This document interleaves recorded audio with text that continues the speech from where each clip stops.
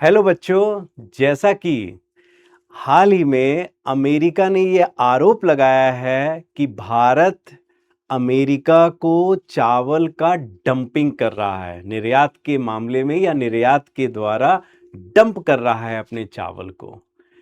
और अमेरिकी राष्ट्रपति ने डोनाल्ड ट्रंप ने कहा है it will take only 2 minutes, ठीक है, we will impose heavy duty और हेवी टैरिफ ऑन इट। यानी फिर से वो शुल्क लगाने की बात कर रहे हैं, जबकि ये शुल्क कहीं उल्टा ना पड़ जाए अमेरिका पर। क्या है इसका पूरा गणित चावल के मामले में, आइए इसको हम लोग समझते हैं। लेकिन उससे पहले हम लोग जान लें कि पीडब्ल्यू ओनली आईएएस जो इस बार 2026 में यूपीएससी का एग्जाम देना चाहते हैं और प्रीलिम्स को लेकर के डरे हुए हैं, या उनको लगता है कैसे प्रीलिम्स की हम तैयारी इन 5-5.5 महीने में कर जाएं, कैसे टेस्ट की हमारी तैयारी होगी, इसकी किस तरह से हमें टॉपिक को कवर करना होगा इस टाइम लिमिट में। तो उसके लिए पीडब्ल्यू ओनली आईएएस ने एक बहुत ही रामबाण सॉल्यूशन निकाला है, और वो है सृजन प्रीलिम्स कार्यक्रम, जो इंग्लिश में और हिंदी दोनों में ही है, और जिसमें जो सबसे बेस्ट फैकल्टी हैं, ये सबसे बेस्ट फैकल्टी आपको पढ़ाएंगी और आपके पूरे प्रीलिम्स की तैयारी करेंगी। और इसमें आप मुझे भी देख सकते हैं इकोनॉमी के लिए।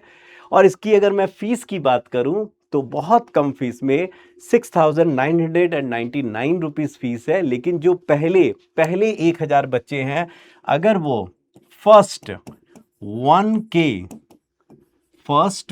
के अगर कूपन का प्रयोग करते हैं, ये कूपन कोड है, अगर इसका प्रयोग करते हैं तो उनको इस फीस में 2,000 रुपए का डिडक्शन मिलेगा। यानी अब ये फीस उसके बाद उनके लिए केवल 4,999 है ना। सी सेट देखो, ये भी यहाँ पर भी प्रीलिम्स की बात हो गई। सी सेट है ना, 6,999 में 2,000 घटा तो 4,999 रुपये फीस होगी। ठीक है डन। तो आते हैं अपने टॉपिक पर। हम लोगों का जो टॉपिक है कि भारत जो भी अमेरिका को चावल का निर्यात कर रहा है, अमेरिका ने भारत पर आरोप लगाया कि भारत डंप कर रहा है अमेरिका में अपने चावल का। अगर इस संबंध में कुछ बातें हैं जो बहुत इंपॉर्टेंट है और आप दिमाग में बैठाइए। नंबर 1 कि अगर हम भारत की बात करते हैं तो भारत वर्तमान में चावल का विश्व में सबसे बड़ा उत्पादक देश है और सबसे बड़ा निर्यातक देश है। नंबर 1 पॉइंट एकदम दिमाग में बैठाओ। भारत विश्व में चावल का सबसे बड़ा उत्पादक देश है, प्रोड्यूसर कंट्री है, और सबसे बड़ा एक्सपोर्टर कंट्री है। आपको जानकर आश्चर्य होगा कि विश्व के कुल चावल उत्पादन का अकेले भारत 28% उत्पादन करता है। लगभग 28% भारत अकेले उत्पादन करता है। यानी अगर बात करें तो लगभग 150 MMT, million metric tonne, Bharat चावल का उत्पादन करता है। डन। और अगर हम चावल के उत्पादक की बात करें तो उसमें चीन का दूसरे नंबर में स्थान आता है। यानी चीन जो है कुल उत्पादन का लगभग 26 से 27% उत्पादन करता है, और चीन का कुल उत्पादन जो है वह लगभग 145 एमएमटी है। डन। यानी विश्व के कुल उत्पादन के बारे में बात करें तो लगभग 50% से भी ज्यादा अकेले भारत और चीन द्वारा उत्पादन होता है। और अगर हम निर्यातक की बात करते हैं तो भारत चावल का विश्व में सबसे बड़ा निर्यातक देश है। यानी विश्व के कुल निर्यात का अकेले भारत देखा जाए चावल के निर्यात में 40% का योगदान देता है। यानी चावल के निर्यात की बात करें अगर हम, तो भारत द्वारा 22 MMT, मिलियन मेट्रिक टन, लगभग 20 से 22 MMT 2024-25 में 20 MMT, और 25-26 में अनुमान है कि 22 MMT जो है यह चावल का भारत निर्यात करेगा। तो 22 MMT चावल का निर्यात करने के द्वारा भारत विश्व में अब प्रथम स्थान रखता है। और बड़ा आश्चर्य का बात है, अगर आप समझेंगे, चीन दूसरे नंबर में है। चीन देखा जाए तो 27% विश्व के कुल चावल का उत्पादन करता है। लेकिन अगर हम निर्यातक देशों की बात करें, जो चावल का निर्यातक या एक्सपोर्टर कंट्रीज हैं, उसमें चीन का टॉप 5 कंट्री में भी नाम नहीं आता है। टॉप 5 कंट्री में भी चीन का नाम नहीं आता है, यानी चीन अपने चावल का बहुत ज्यादा निर्यात नहीं करता है। कारण सिंपल सा है कि चीन की आबादी जो है वो चावल का बहुत ज्यादा कंजम्पशन करती है, उपभोग करती है, यानी चीन अपने ज्यादा चावल का उपभोग अपने ही देश में करता है। भारत में जो सेकंड पॉइंट अगर बात करें, सेकंड पॉइंट बात करें तो भारत में जो चावल उगाया जाता है, भारत में जो चावल होता है, भारत में चावल की बात करें उत्पादन, तो भारत में दो मुख्य प्रकार का चावल होता है, दो मुख्य प्रकार का। एक बासमती चावल, बासमती जो बहुत अच्छी क्वालिटी माना जाता है, और एक गैर बासमती चावल जो थोड़ा सा निम्न क्वालिटी का चावल माना जाता है। एक बहुत बेहतर क्वालिटी बासमती चावल और दूसरा गैर बासमती चावल, और दूसरा क्या है, गैर बासमती चावल। डन। अब चावल के उत्पादन में बात करें तो भारत में देखा जाए पश्चिम बंगाल है, पश्चिम बंगाल है ना, यूपी, तेलंगाना, ये ऐसे राज्य हैं जहां चावल का बहुत ज्यादा उत्पादन होता है, जहां चावल का बहुत अधिक उत्पादन होता है। यानी माना जाता है कि भारत में जो शुद्ध बोया गया या बोया गया जो क्षेत्रफल है, कृषि में जो बोया गया क्षेत्रफल है, उसका लगभग 47 से 48%, 47% जो है वो चावल के उत्पादन में उसका प्रयोग किया जाता है, उसका चावल के उत्पादन में प्रयोग किया जाता है। डन। अब जरा ध्यान देना, बात को बहुत ध्यान देना। जो चावल के मेजर एक्सपोर्ट प्रोड्यूसिंग कंट्री है, जो एक्सपोर्टर कंट्रीज हैं, उनमें कौन कौन आता है? उनमें भारत है, भारत का नाम है, थाईलैंड है, उसमें थाईलैंड है, वियतनाम है, वियतनाम है, कंबोडिया है, कंबोडिया है, पाकिस्तान है, पाकिस्तान है, और आपको जानकर आश्चर्य होगा कि अमेरिका भी है, अमेरिका भी है। ठीक है, यानी अमेरिका जो है ये चावल का आयातक और निर्यातक दोनों देश है। ठीक है, आयातक भी है और निर्यातक देश भी है। ये जो सबसे 5, अगर हम बड़े निर्यातक देशों की बात करें तो 5वें या 6ठे नंबर में अमेरिका भी आता है। अमेरिका लगभग 3 MMT राइस का विदेशों में निर्यात करता है। अब जरा सोचने की बात है, जरा सोचो कि जहां अमेरिका जो है ये चावल का निर्यात करता है, ये चावल का निर्यात करता है, तो फिर ये आयात क्यों करता है? ये भारत से आयात क्यों करता है? ठीक है, और कितना आयात करता है, तो बात को समझना। अमेरिका जो चावल का निर्यात करता है वो जनरली बहुत ज्यादा अच्छी क्वालिटी, आप उसको गैर बासमती चावल कह सकते हैं, लेकिन अमेरिका के लोग खाने के शौकीन हैं बासमती राइस का। इस मामले में भारत हमारा बहुत समृद्ध है कि भारत के बासमती राइस को, जो इतना सुगंधित राइस होता है, इसको अमेरिका के लोग खाना बहुत पसंद करते हैं। और यही कारण है कि अमेरिका जो है वो भारत से बासमती राइस का, किसका बताओ तो, बासमती राइस का क्या करता है? आयात करता है। जरा ध्यान से समझना, भारत जितना अमेरिका को निर्यात करता है, अपने कुल निर्यात चावल के निर्यात का मात्र देखा जाए तो 4% ही भारत निर्यात करता है। बहुत ध्यान से समझना इस फैक्ट को। भारत जितना निर्यात करता है अमेरिका को, ठीक है, अपने चावल के कुल निर्यात जितना, 40% निर्यात में योगदान है भारत का चावल में, और उसका केवल 3 से 4%, केवल 4% ही वो अमेरिका को निर्यात करता है। क्लियर एकदम, 4% ही करता है। और उसमें सबसे ज्यादा बासमती, यानी अगर बात करें तो अमेरिका जो आयात करता है उसमें 86% जो है वो बासमती है, और बाकी 14 से 15% गैर बासमती चावल वो भारत से क्या करता है? आयात करता है। यानी अमेरिका बासमती राइस का बहुत बड़ा इंपोर्टर है, माने एक बड़ा इंपोर्टर है भारत का। ठीक है, लेकिन बहुत बड़ी मात्रा में ये चावल का आयात नहीं करता है, बहुत बड़ी मात्रा में नहीं करता है। ठीक है, डन।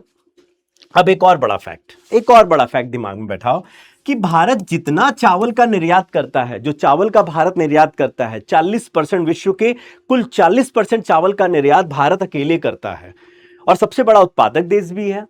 तो भारत जो निर्यात करता है वहां भारत द्वारा जो निर्यात किया गया है ये वर्ष में $12 बिलियन लगभग $12 बिलियन का भारत निर्यात करता है और इसके द्वारा भारत विदेशी मुद्रा या डॉलर अर्जित करता है, विदेशी मुद्रा अर्जित करता है। एक और बहुत बड़ा फैक्ट कि भारत द्वारा सबसे ज्यादा जो है निर्यात किया जाने वाला देश, अगर बात करें कि सबसे अधिक निर्यात किसको करता है भारत, तो खाड़ी देशों को सबसे ज्यादा करता है, खाड़ी देशों को करता है। और खाड़ी देशों में अगर बात करें तो यूएई आता है, यूएई आता है ना, सऊदी अरबिया आता है, यूएई आता है, इराक आता है, ईरान आता है ना, ईरान आता है। ये सब देश है जहां भारत सबसे ज्यादा मात्रा में, कारण क्योंकि ऐसे ये देश, इन देशों में जल की बहुत कमी है और चावल जो है ये बहुत ज्यादा जल लेने वाला, जल, इसके लिए जल की अधिक आवश्यकता होती है, अत्यधिक मात्रा में वर्षा का जल या सिंचित या सिंचाई के जल की आवश्यकता होती है। तो क्योंकि इन क्षेत्रों में जल कम होता है इसीलिए यहाँ चावल का उत्पादन बहुत अच्छा नहीं होता है या बहुत ज्यादा नहीं होता है। तो ये भारत के बासमती और गैर बासमती दोनों ही चावल को बहुत पसंद करते हैं, इसीलिए भारत इन देशों को बहुत अधिक मात्रा में निर्यात करता है, बहुत अधिक मात्रा में निर्यात करता है। डन। अब क्या बोला जा रहा है कि भारत जो है, अमेरिका आरोप लगा रहा है कि भारत अपने चावल का डंप कर रहा है। कहां डंप कर रहा है, कहां, अमेरिका में कर रहा है।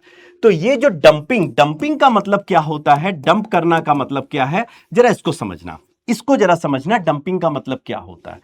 डंपिंग का मतलब है, मान लीजिए भारत है, भारत के ऊपर आरोप है तो भारत को समझते हैं।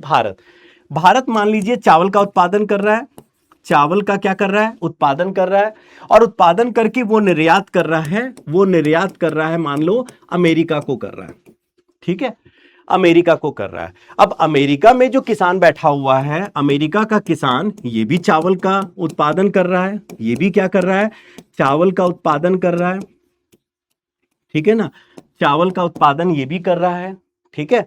अब भारत जो है चावल का उत्पादन कर रहा है और उत्पादन करने के बाद क्या कर रहा है, उसको निर्यात कर रहा है। अब डंपिंग का मतलब होता है कि जब कोई देश अपने किसानों को या अपने उत्पादकों को, ठीक है ना, अपने उत्पादकों को तरह तरह की सब्सिडी देता है, उस देश की सरकार द्वारा इतनी सब्सिडी दी जाती है, तकनीक दक्षता दी जाती है कि उसका उत्पादन लागत कम हो जाए, ठीक है। जैसे भारत सरकार मान लो एमएसपी दे रही है, न्यूनतम समर्थन मूल्य दे रही है, चावल में ज्यादा देती है तो किसान ज्यादा चावल उत्पादन करने के लिए प्रोत्साहित हो रहा है। फिर भारत सरकार द्वारा बीज उर्वरक में सब्सिडी दी जा रही है, इससे किसान ज्यादा उत्पादन करने के लिए प्रोत्साहित हो रहा है। हालांकि अमेरिका इस मामले को लेकर डब्ल्यूटीओ में कई बार भारत को चुनौती दे चुका है और अभी भी दिया हुआ है कि भारत कहीं ना कहीं चावल में अपने किसानों को धान के उत्पादन में बहुत ज्यादा सब्सिडी दे रहा है और जिससे हमारे देश के किसानों को समस्या खड़ी हो रही है। डन। तो अब क्या हो रहा है कि भारत का जो चावल है इसका उत्पादन लागत बहुत कम होता है और ये बाजार में जो बेच रहे हैं, तो यहां जो बाजार मूल्य है, जो यहां का किसान उत्पादन कर रहा है उसका भी तो कोई बाजार मूल्य है, उसका भी तो कोई बाजार मूल्य में वो बेच रहा है, तो उससे भी कम मूल्य में भारत क्या कर सकता है, कम मूल्य में भारत क्या कर रहा है, आराम से अमेरिका को निर्यात कर पा रहा है। और इसको कहा जाता है, इसको अमेरिका ने कह दिया है कि ये डंप कर रहा है। ये एक्चुअली अमेरिका ने इसको बोला डंप कर रहा है और वास्तव में इसको डंपिंग भी कहा जाता है कि जब कोई देश अपने निर्यात को सस्ता करके अन्य देशों में निर्यात करते हैं जो बाजार मूल्य से भी, उनके बाजार लागत से भी कम मूल्य में होता है, तो इस प्रक्रिया को डंपिंग कहा जाता है। अब अमेरिका इससे बचने के लिए, प्रतिरोध के रूप में, इसका विरोध करने के लिए इस पर शुल्क लगा सकता है, इसके आयात पर शुल्क लगा सकता है और इसी शुल्क को एंटी डंपिंग ड्यूटी कहा जाता है, एंटी डंपिंग ड्यूटी कहा जाता है। और जैसा कि डोनाल्ड ट्रंप ने ये संकेत दिया कि हम इस पर टैरिफ लगाएंगे, तो हो सकता है या तो टैरिफ लगेगा, सेफगार्ड ड्यूटी लगा सकते हैं, और या तो वो एंटी डंपिंग ड्यूटी लगा सकते हैं भारत के चावल पर। लेकिन बड़ा आश्चर्य का बात है, समझना इस बात को, कि अगर अमेरिका द्वारा भारत के ऊपर जो चावल का भारत क्या कर रहा है, जो चावल का क्या कर रहा है, निर्यात कर रहा है अमेरिका को। और अमेरिका अगर इस पर शुल्क लगाता है और शुल्क को बढ़ा देता है, बहुत ज्यादा शुल्क लगाता है, बहुत ज्यादा शुल्क लगाता है, तो कुल मिलाकर के देखा जाए तो ये अमेरिका को ही नुकसान होना शुरू हो जाएगा। ये अमेरिका को ही नुकसान होना शुरू हो जाएगा। क्यों नुकसान? क्योंकि अब अमेरिका में जो चावल है वो चावल क्या हो जाएगा, भारत का चावल ये बहुत महंगा बिकेगा, ये बहुत महंगा बिकेगा, लग्जूरियस आइटम बहुत महंगा बिकेगा।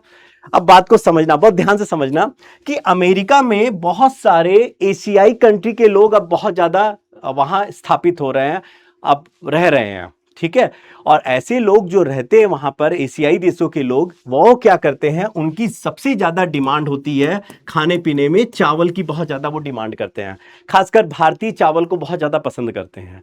तो अगर वो मूल्य बढ़ भी जाए, बहुत ज्यादा मूल्य हो जाए, ठीक है, तो भी क्या होगा, वो खरीदेंगे। अब जरा बात को समझना, कुछ लोग यहां बैठेंगे कि सर अभी अमेरिका ने भारत पर 50% टैरिफ लगाया, इससे भारत का निर्यात तो कम हुआ, भारत का निर्यात तो कम हुआ, लेकिन चावल का गणित कुछ और है। चावल का गणित क्या है जरा समझना, बहुत ध्यान से समझना, चावल के गणित को समझना। आमतौर पर हम वस्तु को दो रूप में बांट सकते हैं, ठीक है, एक सामान्य वस्तु, नॉर्मल गुड्स, सामान्य वस्तु, ठीक है, नॉर्मल गुड्स, ठीक है, और एक बांट सकते हैं हम लोग वेवलेन गुड्स,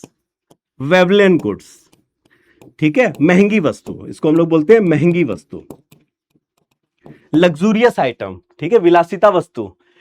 आमतौर पर जो सामान्य वस्तु होता है, सामान्य वस्तु, वहां पर लॉ ऑफ डिमांड क्या कहता है, लॉ ऑफ डिमांड क्या कहता है, लॉ ऑफ डिमांड कहता है कि अगर सामान्य वस्तु का प्राइस बढ़ेगा, मूल्य बढ़ेगा, किसी भी वजह से, शुल्क की वजह से, टैरिफ की वजह से, डिमांड की वजह से, तो मानी सी बात है इसका डिमांड कम होना शुरू हो जाएगा, मानी सी बात है इसके डिमांड में गिरावट आएगी, जो लॉ ऑफ डिमांड कहता है। लेकिन वेवलेन गुड्स कहता है, वेवलेन वस्तु क्या बोलती है कि अगर वेवलेन वस्तुओं का प्राइस बढ़ेगा, जैसे गोल्ड को दिमाग में बैठाओ, गोल्ड अगर प्राइस बढ़ता है तो इसकी डिमांड भी बढ़ती है। लग्जूरियस कार, अगर इसका प्राइस बढ़ता है तो इसकी डिमांड भी बढ़ने शुरू हो जाती है। यानी प्राइस और डिमांड का यहां क्या होता है, इनवर्स रिलेशनशिप होता है नॉर्मल गुड्स में, और वेवलेन गुड्स में यह क्या होता है, समानुपातिक, यानी डायरेक्ट रिलेशनशिप होता है। ठीक इसी तरह से अब वस्तु की जगह चावल बैठा दो। चावल में एक है गैर बासमती चावल, गैर बासमती, ये हो गया नॉर्मल, और एक हो गया बासमती जो लग्जूरियस हो गया, है ना, जो महंगा चावल है। तो कहीं ना कहीं अगर बासमती चावल का कंजम्पशन कर रहे हैं, उपभोग कर रहे हैं अमेरिकी, और अगर वो चावल में टैरिफ बढ़ा दिया जाए, उसके मूल्य बढ़ा दिया जाए, तो क्या होगा, वो खरीदना कम नहीं करेंगे, क्योंकि उनको उपभोग करना ही है, तो इसीलिए वो उसकी डिमांड को कम नहीं करेंगे, डिमांड तब भी हाई रहेगा। होगा क्या, प्रभाव अमेरिका पर पड़ेगा। क्यों? क्योंकि अमेरिका में जब वस्तुएं महंगी होंगी तो अमेरिका में मुद्रास्फीति, इन्फ्लेशन रेट बढ़ेगा। तो ये जो अमेरिका में अगर ये डोनाल्ड ट्रंप ऐसी कोई नीति अपनाते हैं, चावल पर टैरिफ लगाते हैं या एंटी डंपिंग ड्यूटी लगाते हैं, तो इसका प्रभाव नकारात्मक रूप से अमेरिका पर पड़ेगा। भारत का मात्र 4% ही तो भारत इसको निर्यात कर रहा है अमेरिका को, ज्यादा से ज्यादा उसमें कम होकर के हो सकता है 2 से 3% में आए। तो भारत के लिए तो बहुत सारा मार्केट है, क्योंकि पूरे विश्व में भारत के चावल की बहुत ज्यादा डिमांड है, तो नए बाजार खुल जाएंगे भारत के लिए।